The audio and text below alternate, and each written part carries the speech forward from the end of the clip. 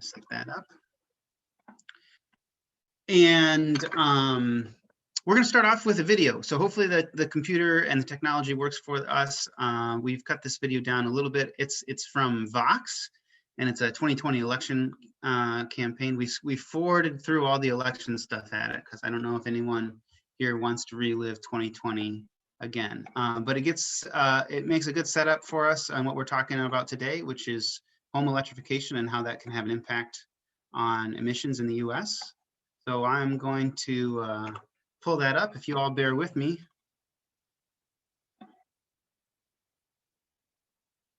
And I'm going to get it started. Mar, will you give me a thumbs up if it's looking all right? And I'll pull back if for some reason it's not doing the video out to you all. So, all right.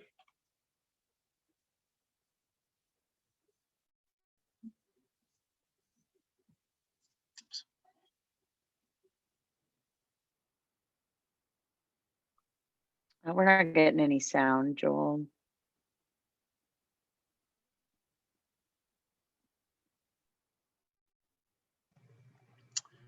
What did you get any at the beginning? No. At all? Mara, are you still there? Yeah. I didn't hear anything. Shucks. You know, this worked when we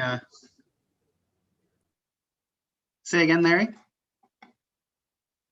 We're getting your voice just fine, but not the volume from the video. All right. All right. You know what I'm going to do is last time I did this differently. So we'll try this. How about now?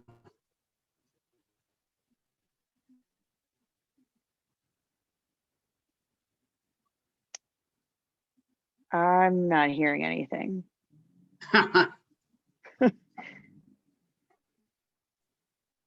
Okay.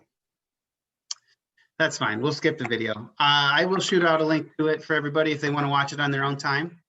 And that's really too bad. We did, you know, that's how things work, I guess, is they work on your trial run of things, but then not when you're doing it live. So I will shoot everybody the chat feature now, so you can pull this video up if you ever want to watch it sometime. You can go ahead and do the first 3 minutes of it as well if you'd like. Oops, make sure this goes to everybody. Great. Okay.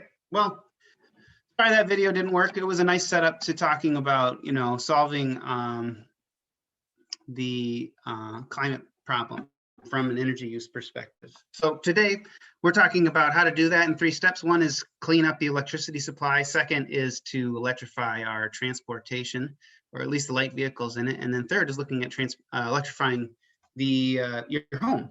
So we watched that video. I would recommend check it out. It's 10 minutes long. It goes into things pretty in depth and talks about how things can really be moving forward, and how the reason is to wanting to get started now on things because it's going to take a while. It's a real process.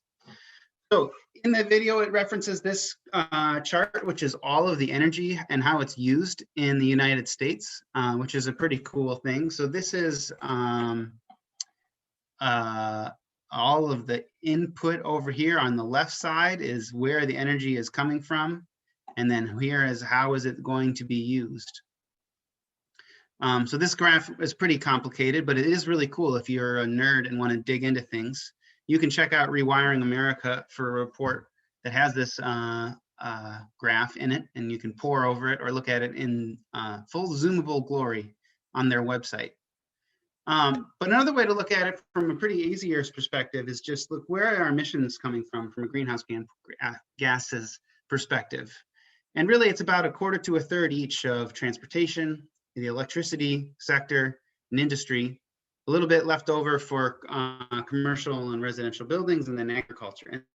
And this is the emissions that are actually coming at the source. So that 12% that is commercial and residential buildings is the gas that's burned generally for heating or water heating inside the building. It doesn't count the electricity that those buildings use. Those are counted for in the electricity sector of that pie graph. So another way to look at this data and to look at it over time, this is the same piece, is looking at this emissions over time in the US. And you can see that things are fairly constant, except that electricity has really cleaned up in the past 10 or so years.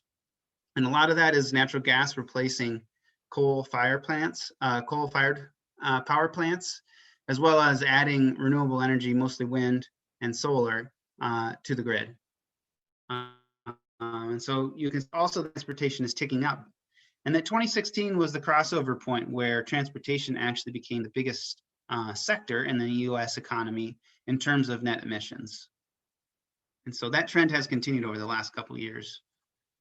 And good news is that it looks like the power sector is getting solved, right? So you can see that this is creating a downward trend. That's really good. And so that on its own is used to be a third of US total emissions, is now down to less than a quarter. And it can continue to fall away as more and more renewable energy gets added to the grid and more coal plants. That's happening. This graph here just shows about a month breakdown on, and the pie chart over here on the other side of the additions to the power grid. And so you can see that the vast majority of new power being added to the grid in the United States is solar and wind, a little bit of natural gas, and a little bit of batteries, no other fossil fuels other than the natural gas. And so that's a really good thing. Natural gas is a nice flexible fuel. It's cleaner than coal, of course, comes with its own problems, but it's a small piece of the additions that are adding on here. This is a good story. So the electric sector is going to continue to clean up. Clean electricity also allows for clean transportation through the use of electric vehicles. And we'll see later as we go on as well, the electrification of your home. So a clean way to be powering and heating your home. We're not going to talk a whole lot about solar or electric vehicles, although they are going to get a shout out here. This is just a graph. The Union of Concerned Scientists publish this data every year, talking about what is the equivalent emissions from your vehicle if you are using an electric vehicle and the power grid that you're currently on. So you can see that the power grid varies a little bit by region, but this is a graph from 2009, and this is showing the same information in 2016. So as electricity becomes cleaner, so does your car. And the most recent graph we have is from 2018. And so this also notes that the average for electric vehicles within the US are getting the equivalent of 88 miles per gallon. That's in terms of the actual greenhouse gas emissions that it's creating. So you can see in almost every region, you're getting over 50 miles per gallon in terms of the emissions that are a resultant of your car, because you're getting that power from somewhere, right? So some of it is coming from renewable energy, some of it is coming from gas plants, some of it is coming from nuclear, some of it is coming from coal. And coal is really driving the carbon emissions on this piece. And you can see that Wisconsin and Missouri are two kind of the holdouts when having the most carbon intensive electricity in the, but that still, switching to an electric vehicle there is like getting 40 miles per gallon, which is pretty good.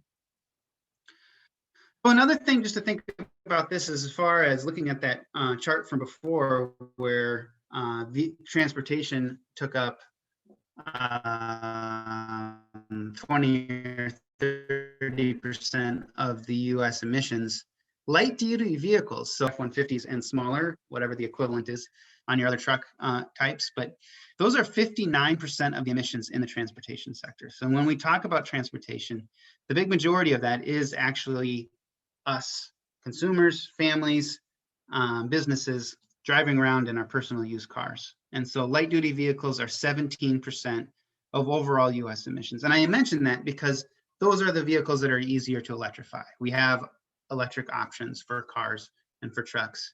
It's possible that maybe we'll get electric semi-trucks and heavy duty vehicles sometime. But even then, you could electrify light duty vehicles alone and take care of 17% of US emissions, assuming that you've got renewable energy to fuel them with. just taking a look at that same graph as before, if we cleaned up electricity and we cleaned up light-duty vehicles, that's a 44% reduction in US emissions, and that is pretty good, and it's a very doable thing. We're going to talk a little bit more today too about this 12%. How can we electrify our buildings? One quick talk here. This is just a talk on electric vehicle sales in Norway. It's cold there. They've got very good policies for electric vehicles.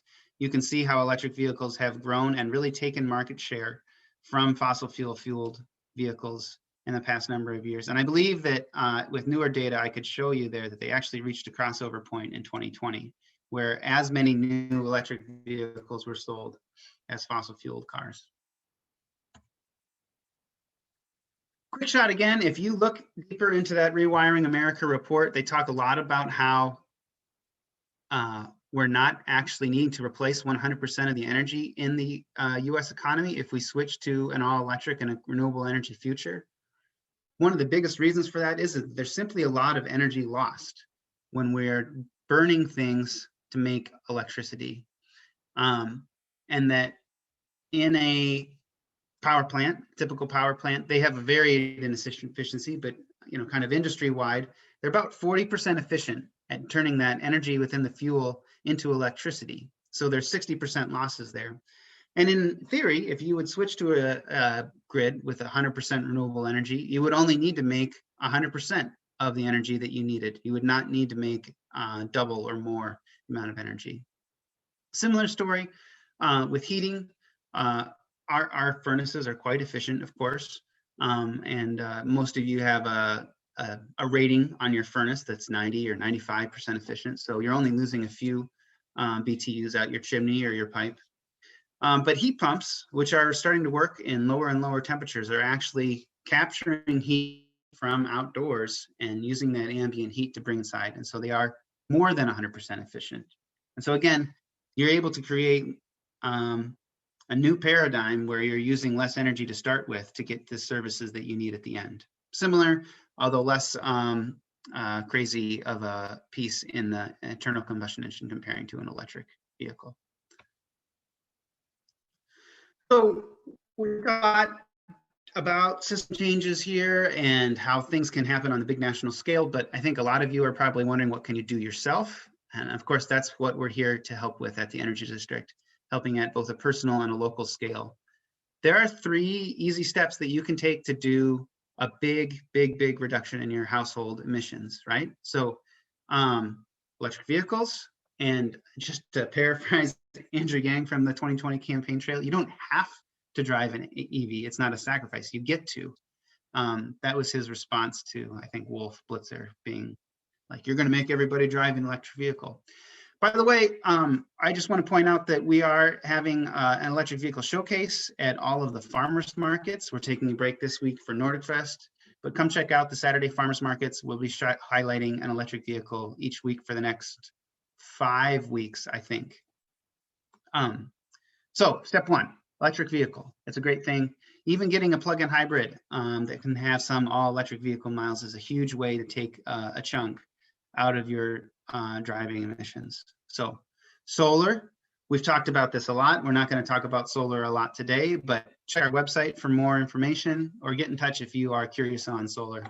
And that last piece is to electrify your home. So thinking about how you can be heating and providing services within your home with electricity. So electrifying your home is one thing, but I like to call it solar powered everything, because everybody loves solar. Solar is great. People love it because they love saving money. They like making their own energy. There's this feeling of self-sufficiency you can get if you know that even if you're connected to the grid, you are making the same amount of power that you use in a year. And I know a lot of people get a warm, fuzzy feeling from that. A lot of people like spending that money locally instead of mailing a check to a utility company out of town. So if you're hiring a contractor to work, those are local dollars that are staying local. And then the money that you are saving on your utility bills, there's money that's staying locally, super locally, right in your pocket. And of course, it helps the environment. So everybody loves solar. But solar is awesome and everybody loves it. Solar alone, on its own, can only offset about a quarter, maybe up to a third of a household's energy costs and emissions. And when I say energy here, I'm talking about electricity, natural gas, or whatever heating source you have, as well as your gasoline or diesel that you're using for transportation. The vehicles are a huge chunk of your emissions and your household's energy cost.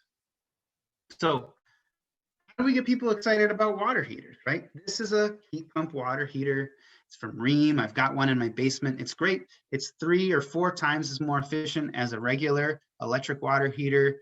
It provides the same amount of hot water to my household at a third of the cost. People are kind of bored about that. I get excited, but I'm maybe an energy nerd. And so what if I told you that you can get a solar powered water heater, right? Because if you have solar panels and you've had an electric heat pump water heater, you have a solar powered water heater, right? So next we can talk about getting a solar powered furnace, solar powered stove, solar powered truck. You can solar power everything if you really want to. So a little bit of that video at the beginning was supposed to instill just a little bit of urgency about, the climate emergency that we're under. We really need to think about being able how to get to a net zero economy by 2050.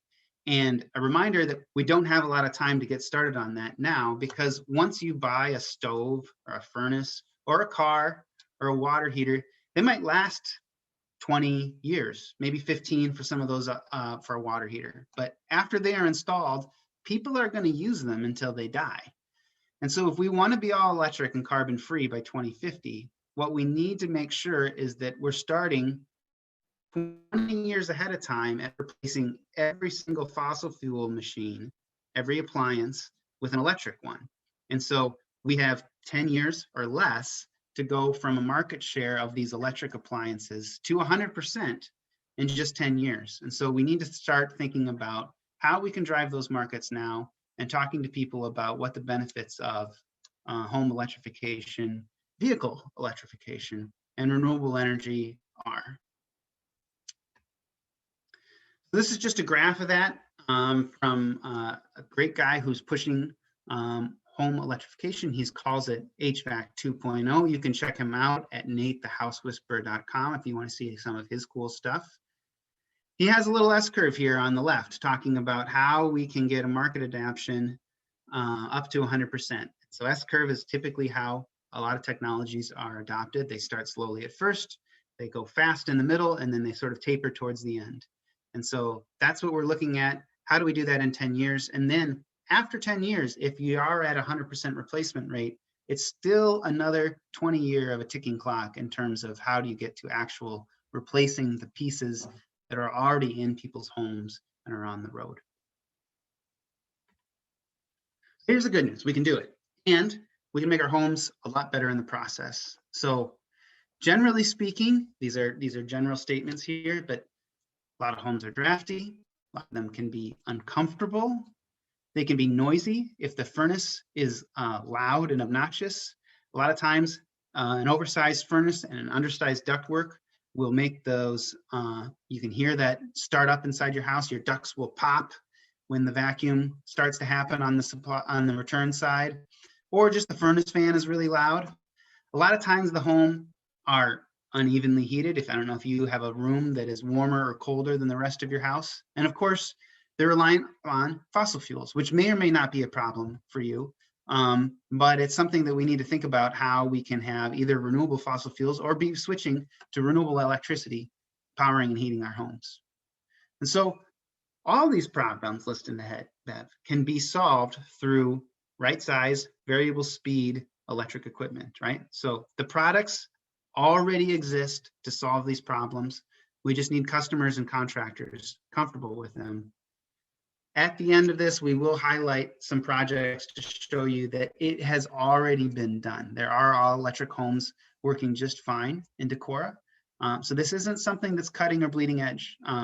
There are people that know how to do this, and it makes sense from a dollar's perspective, especially when you're already looking at replacing your furnace and have that initial upfront cost. you can be looking at an all electric option.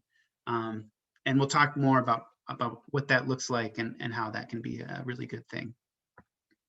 So the other thing I just want to say is that, like, you know, this is a no sacrifice plan to decarbonize, right? We're not asking to skimp or to turn down the thermostat. You can do all of those things. You can start making those lifestyle changes if you want to, but this plan is just swapping out one machine for another. So you've got a box in your basement that heats your water. You've got another box that blows hair and heats it and cools it. We're just asking to change out one machine that uses fossil fuels for another machine that uses electricity. And thinking about having some machines, some solar panels on your roof, and maybe make that electricity as part of it. So this is not to say that you can't make lifestyle changes if you want to. And I recommend that if that's want to look at like making lifestyle changes, you should start thinking about how you can drive less and bike more.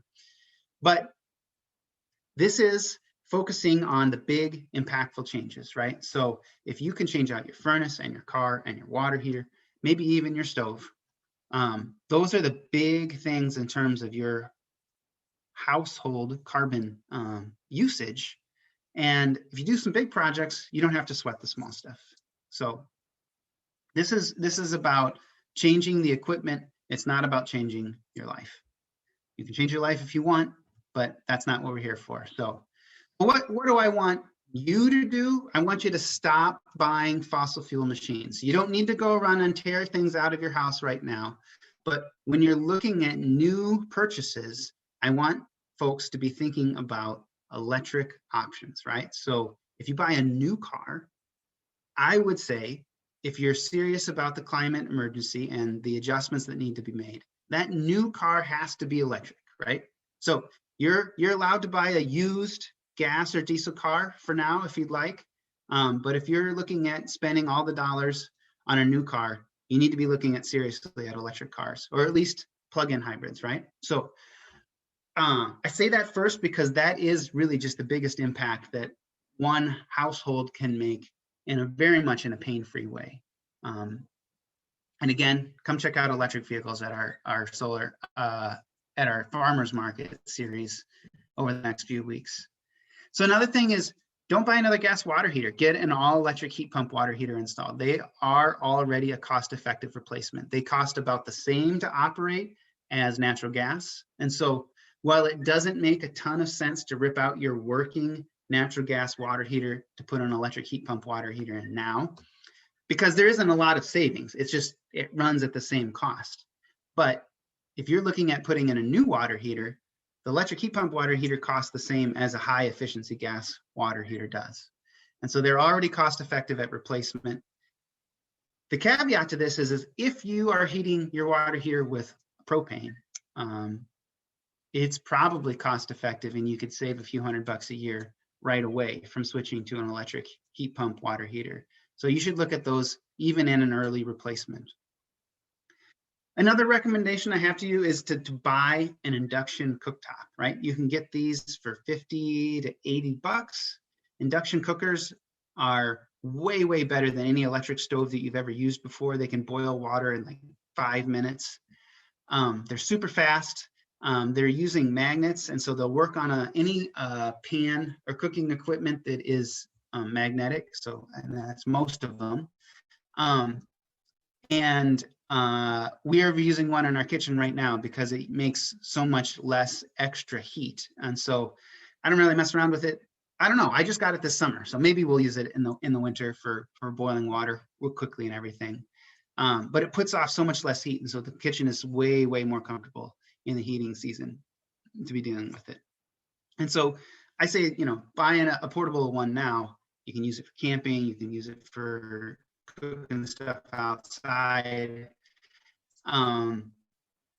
Check it out, because when you replace your stovetop next time, you should really be looking at an electric. I'll say is just never put in another regular AC. So you can get a heat pump that provides cooling and heating. And that is a great way because it's basically the same piece of equipment, but it has two purposes, right? So you can get a heat pump even without sizing that heat pump to be very large. If you just put in the same size air conditioner that you currently have, you can get a lot of heating capacity out of it, out of the fall and the spring seasons. And you can probably cut your gas usage in half, keeping your regular furnace for backup and during the coldest section of the years. You could consider getting a heat pump to handle your whole house cooling, right? And so if you're thinking about replacing a furnace, you might want to look at a heat pump for replacing everything.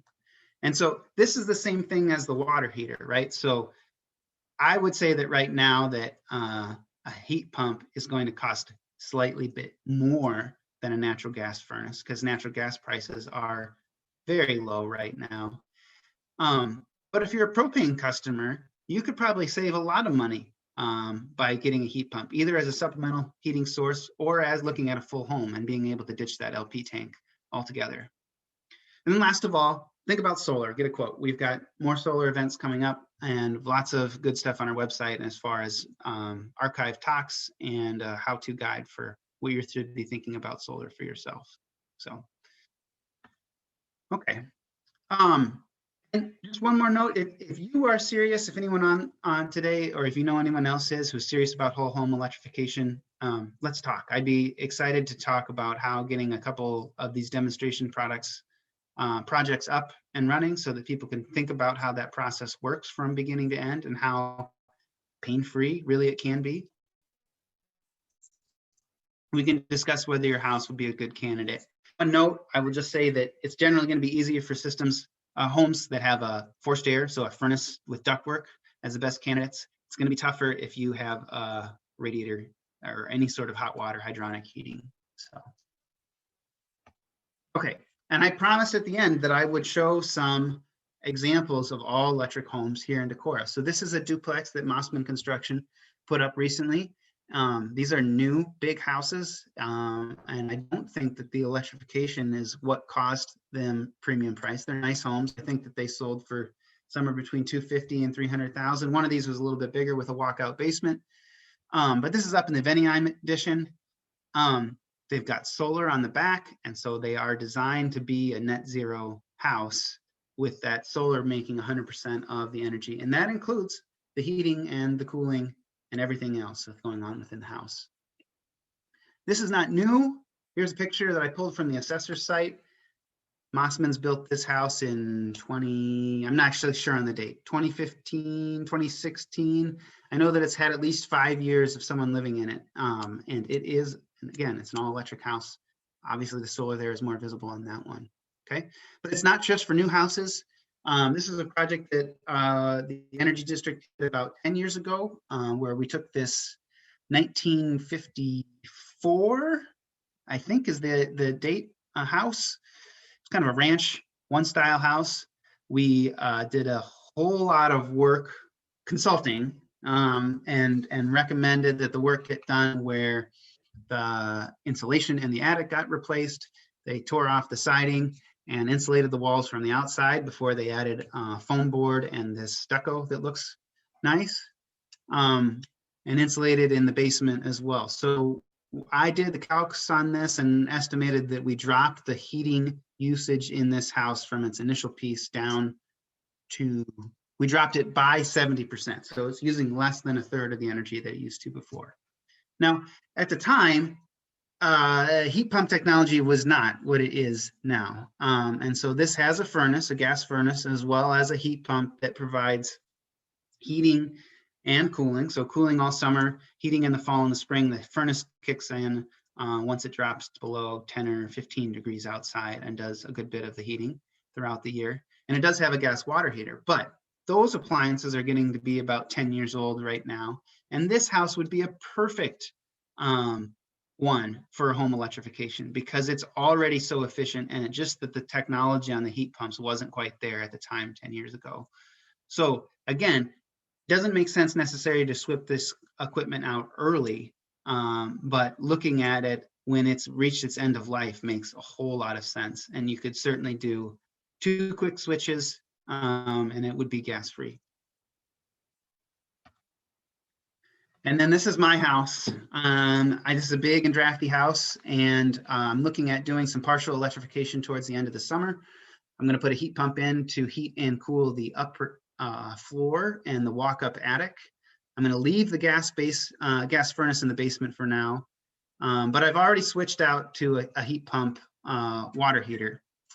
And we'll see on this one. The house is big, and I figured right now that with current gas prices and current electric prices that I'd pay about $300 more in my overall electric and gas bills to heat this if I went all electric. So it's going to work best, home electrification, on houses that aren't drafty, homes that are tight.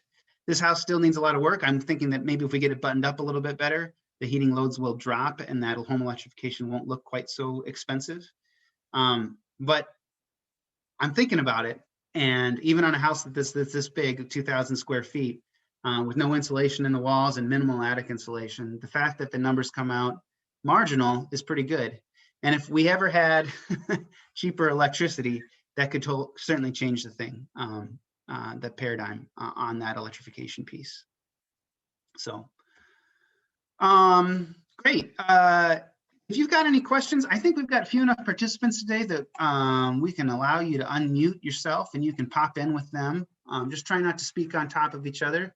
Maybe you can come on video to let us know that you're thinking about things, and we'll go over some questions as to what you might have. And just a quick reminder that next month, Eric Hattelstad from Rural Power will be joining us.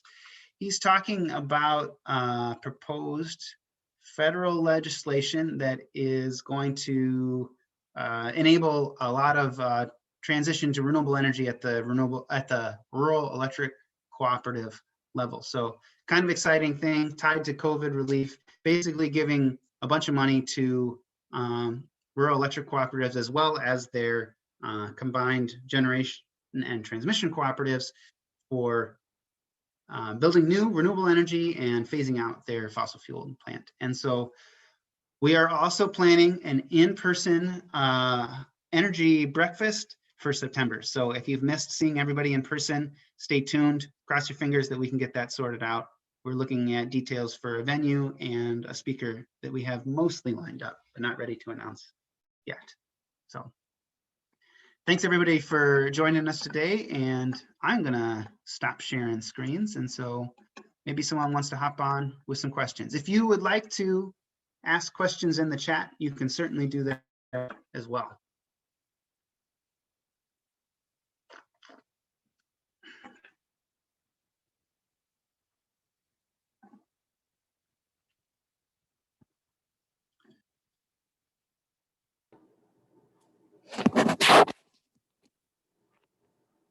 Hey, Katrina.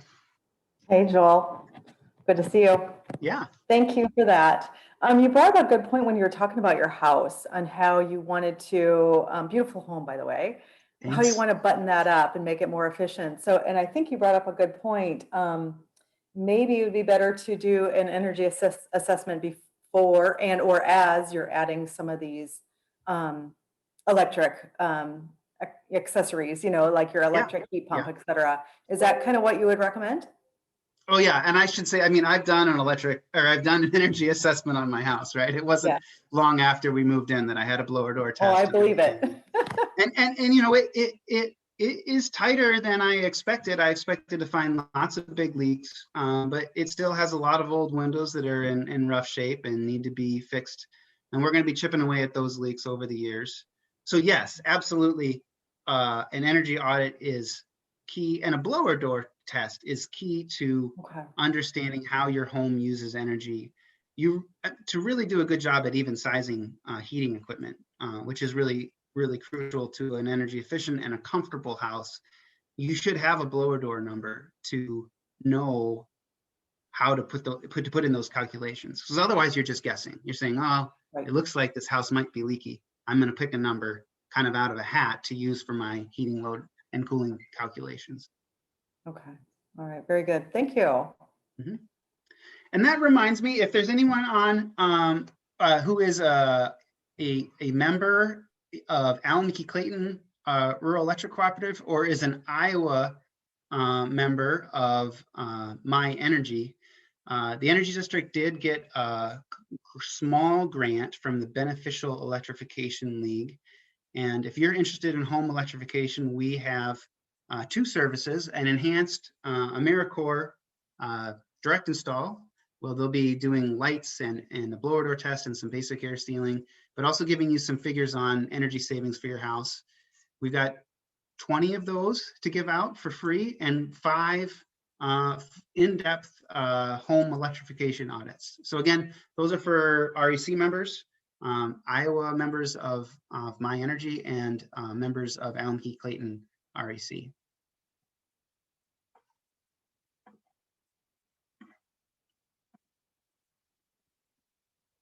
Well, great. I know if we don't have any other questions, I want to thank you all for joining. We'll have this recorded, and hopefully the video will work for us. Maybe we'll splice that in at the beginning so that you guys can see it. But we did include the link to it in the chats.